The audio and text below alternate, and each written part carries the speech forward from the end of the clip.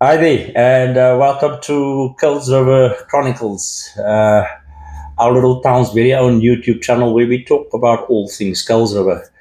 Today we'll be starting off with episode 1, where we will be delving into the history of our town and just get to know exactly what makes our town so special.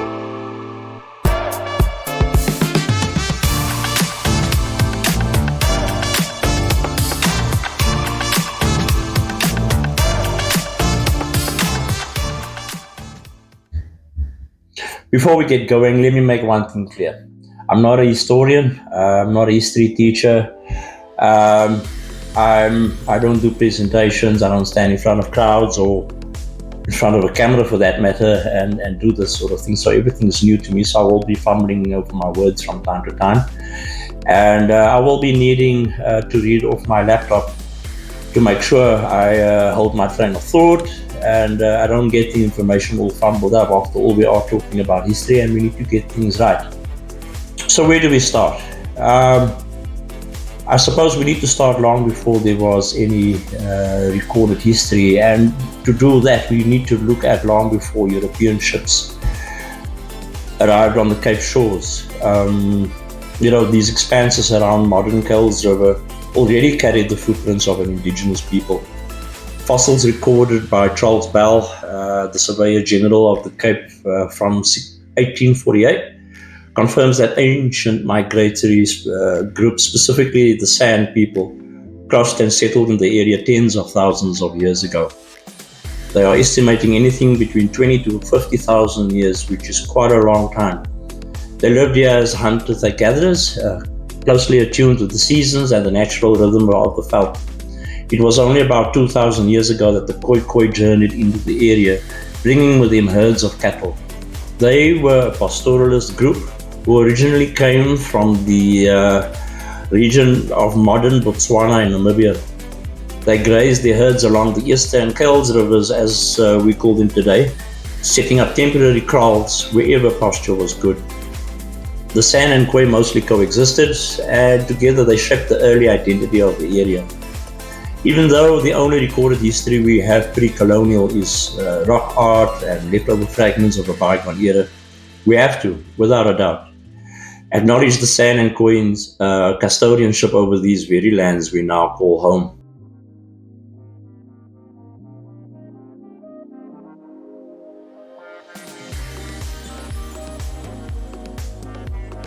Nearly 1,500 years of indigenous tranquility passed before the first European men stepped foot at the Cape.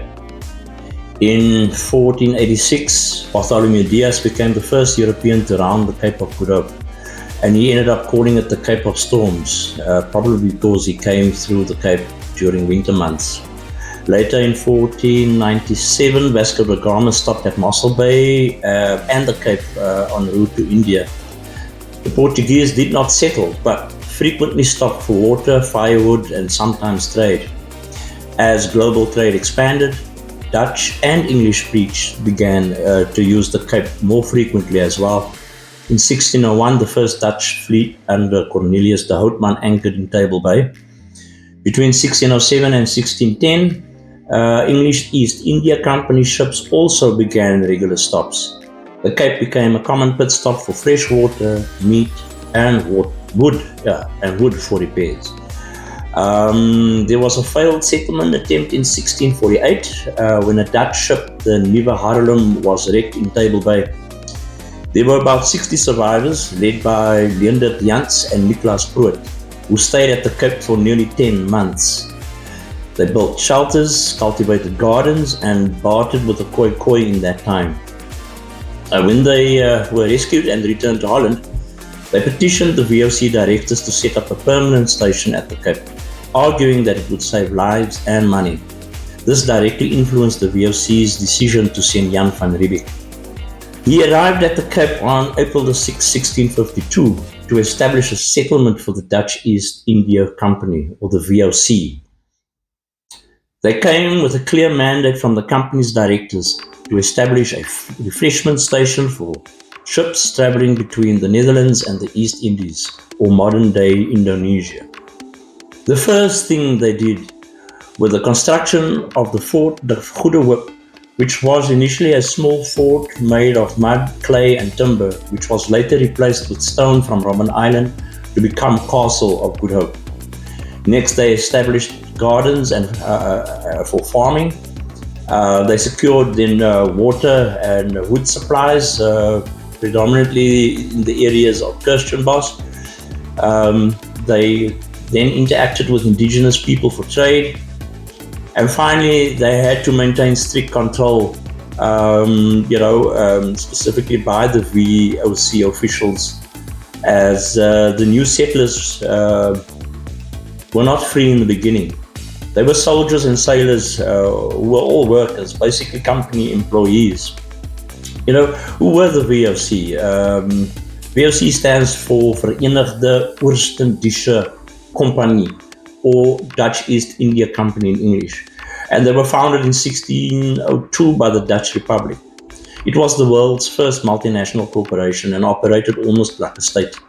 It had the right to wage war, sign treaties, colonize, build forts, and mint its own coins.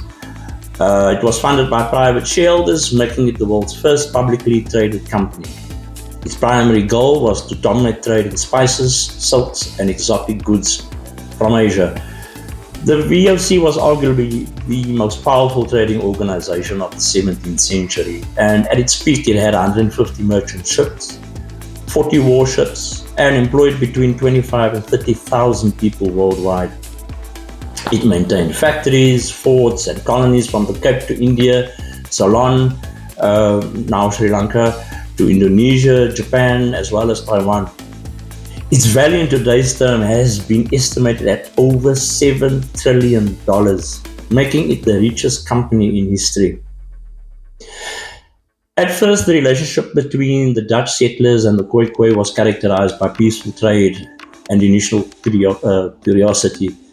But this quickly deteriorated as the Dutch expanded their settlement, taking over traditional grazing lands and viewing the Khoikhoi as cheap labor. In 1657, the VOC released the first vryburgers, or free citizens, from their contracts. These vryburgers, or free citizens, were originally VOC-bound employees who were given land to cultivate along the Liesbeek River, then known as the Amstel or Verse Rivier.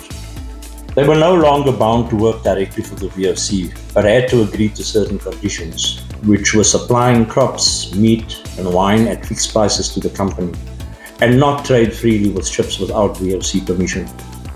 Most vryburgers were European of diverse backgrounds. They were predominantly Dutch as well as German, Scandinavian, and French Huguenots. These vryburgers gave rise to the Afrikaner or Boer identity, distinct from the VOC authority. The VOC implemented a land grant system. This was basically taking land from the Khoikhoi, and it was given, these large tracts of lands were given on loan to the settlers from the VOC. They didn't own the land outright, but paid annual rent in produce or livestock. The system encouraged migration into the interior of the Cape, into areas like the Drakensberg and Stellenbosch, and eventually moving towards the frontier where conflicts with Khoikhoi arose. There were strict conditions, of course. The vryburgers had to supply produce at fixed prices to the VOC. They could not sell directly to passing ships, as the company made it clear they wanted the monopoly. And they were expected to defend their land against Khoikhoi resistance or any other frontier threats. VOC rule was corporate, not national, and the colony was therefore managed as a company possession. A large slave labor force was later imported from Africa, Madagascar, and the East Indies to support growing agricultural and urban economies.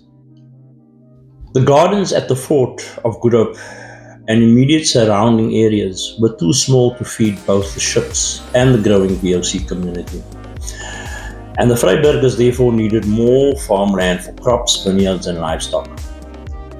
So, pushing inland around 1658, the colonizers came across this expanse of ours, and the area initially became known as the Bos, which effectively is translated from Dutch as the bush. Later in 1679, Governor Simon van Stel discovered the fertile valley that would become known as Stellenbosch. This discovery was crucial for the VOC's expansion inland and opened the path for the Bos to develop, as it was the halfway mark between Stellenbosch and Table Bay Harbour. The surrounding areas of the Bos was characterized by expansive grasslands, and there was the added benefit of access to what would become the Kuils River itself, providing water for both the animals and irrigation for nearby farms. The VOC primarily designated the area as a pen for livestock, particularly cattle. The pen served as a temporary holding area for cattle before they were moved to grazing pastures or to market.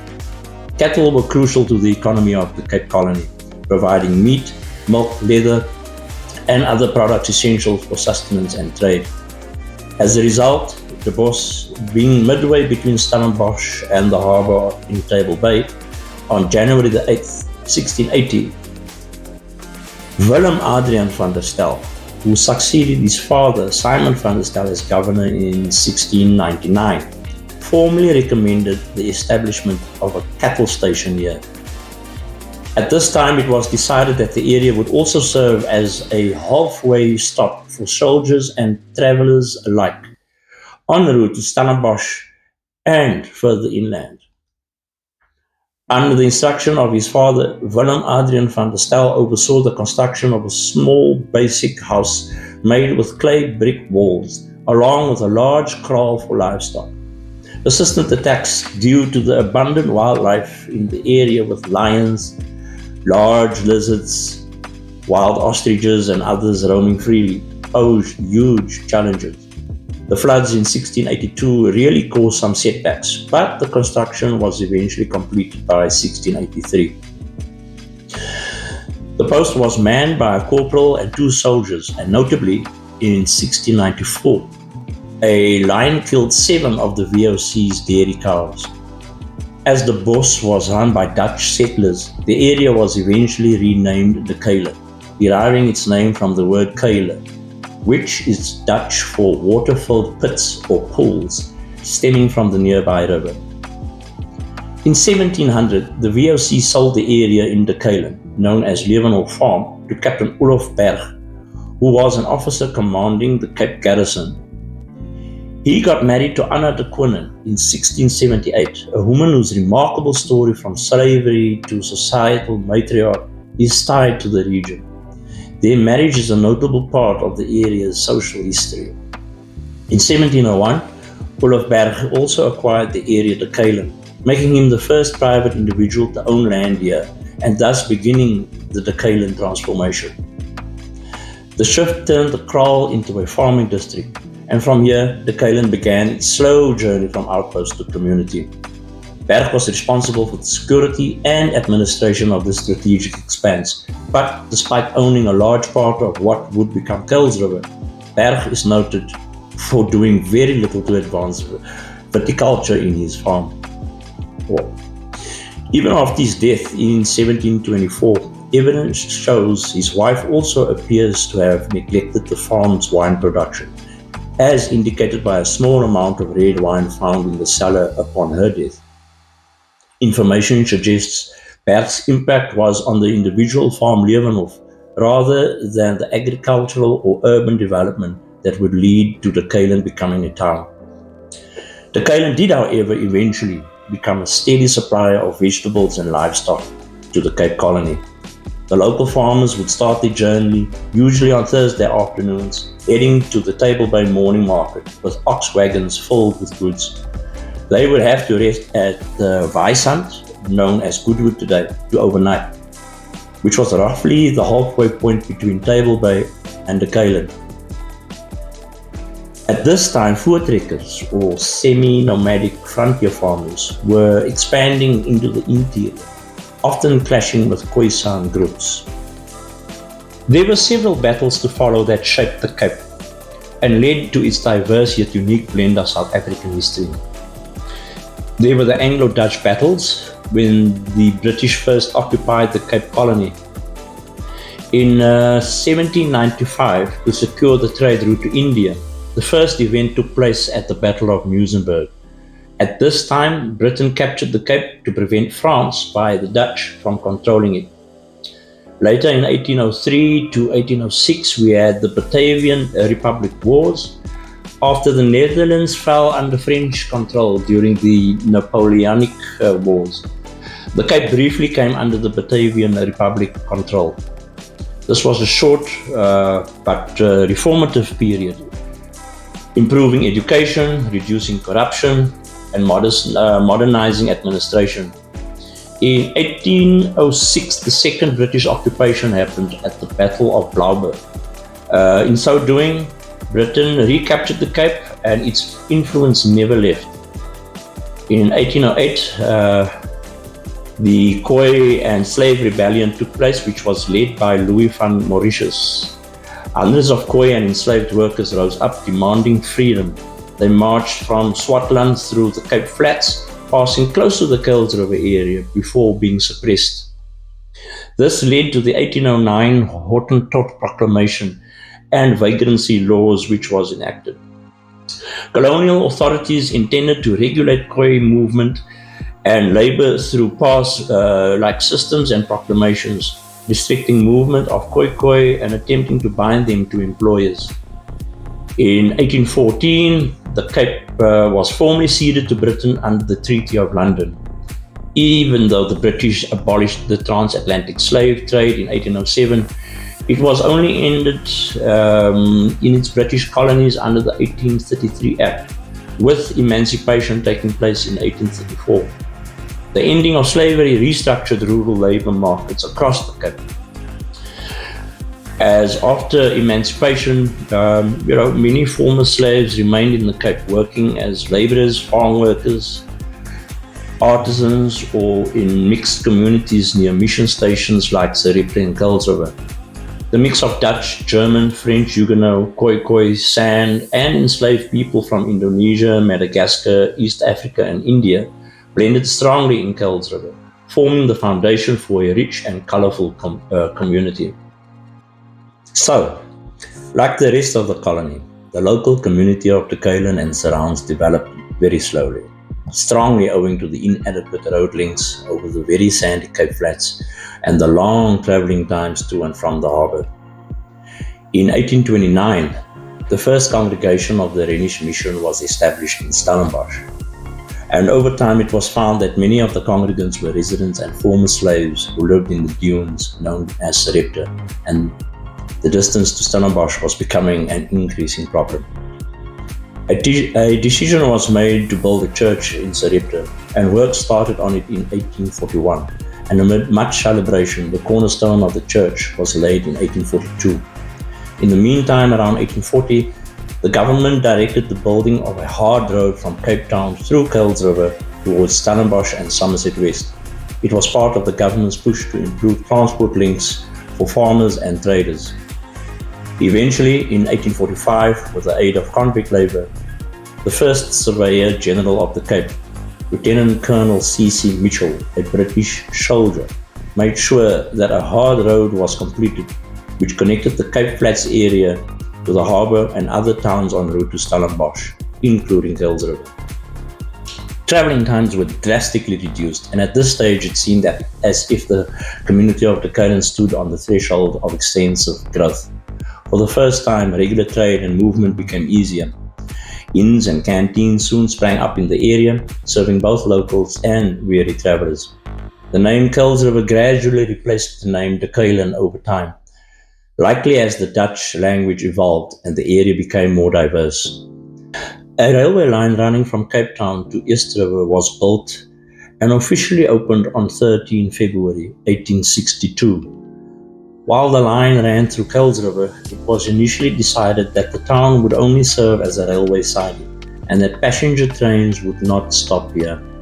This decision affected the development of the town, but there was enough growth to necessitate that in 1880, a train station building was erected, and by 1885, Kuils River Station was earmarked and became the location of a telegram office.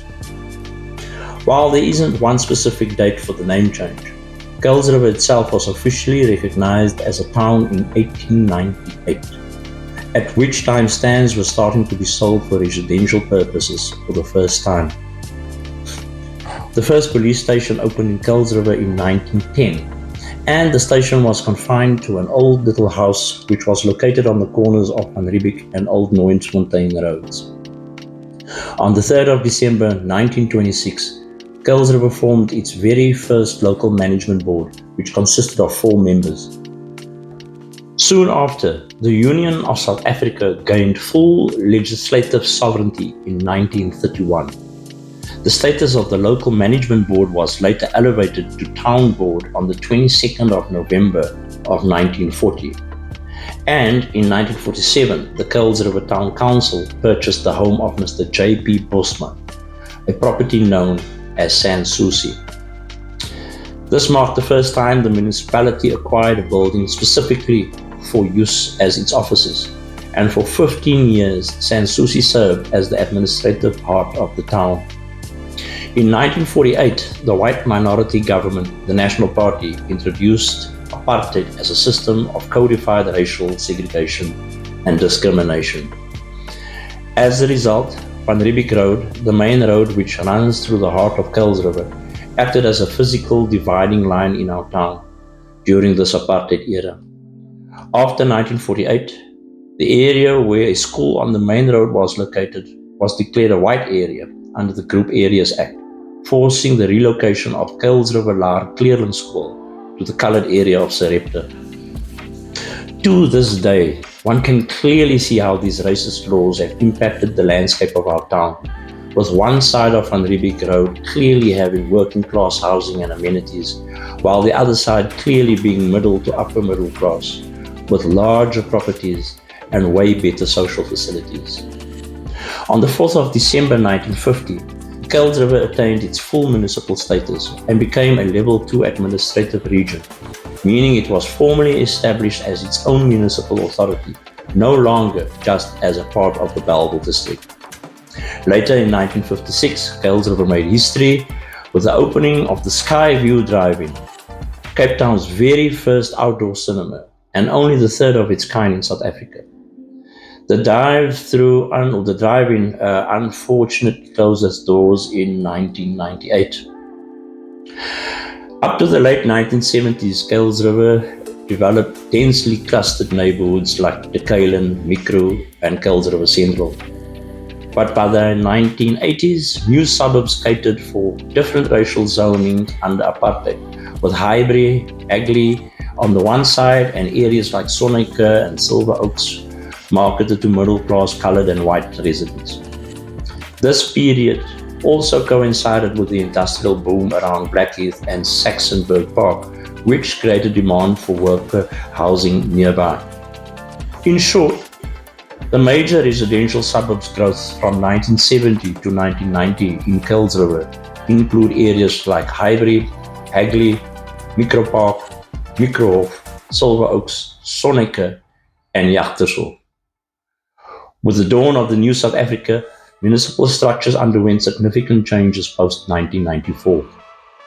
In 2000, Kuils River ceased to exist as an individual municipal structure and was subsequently absorbed into the City of Cape Town municipality. The town is currently managed under Sub-Council 14, falling predominantly within wards 11 and 19, with a smaller exception falling towards 8 and 14. Today, Kuils River boasts 13 public and several private schools, 4 malls, all major retail and food outlets, 2 expansive sports fields, tennis courts, a bowling green, over 55 parks, a camping facility, a golf course, an indoor cricket arena, and an industrial area. As a rapidly growing town, with there now being probably more than 70,000 residents, Kuils River municipal representatives are under relentless pressure to keep up with the constant growth experienced in the town. The town's identity is slowly changing, and that once small town feel is slowly becoming a thing of the past. There is much to explore about our town, but we'll need a few episodes to touch base with all the various aspects that makes this place so special. Next, We'll tackle some of the landmarks that has helped shape our town's identity and delve into how they became what they are and the impact that they have had on our town. As is the norm, like, share, subscribe. Please help us grow this channel's audience so that we can continue to share the wonders of our little town. In the meantime, you keep well, and I look forward to seeing you soon.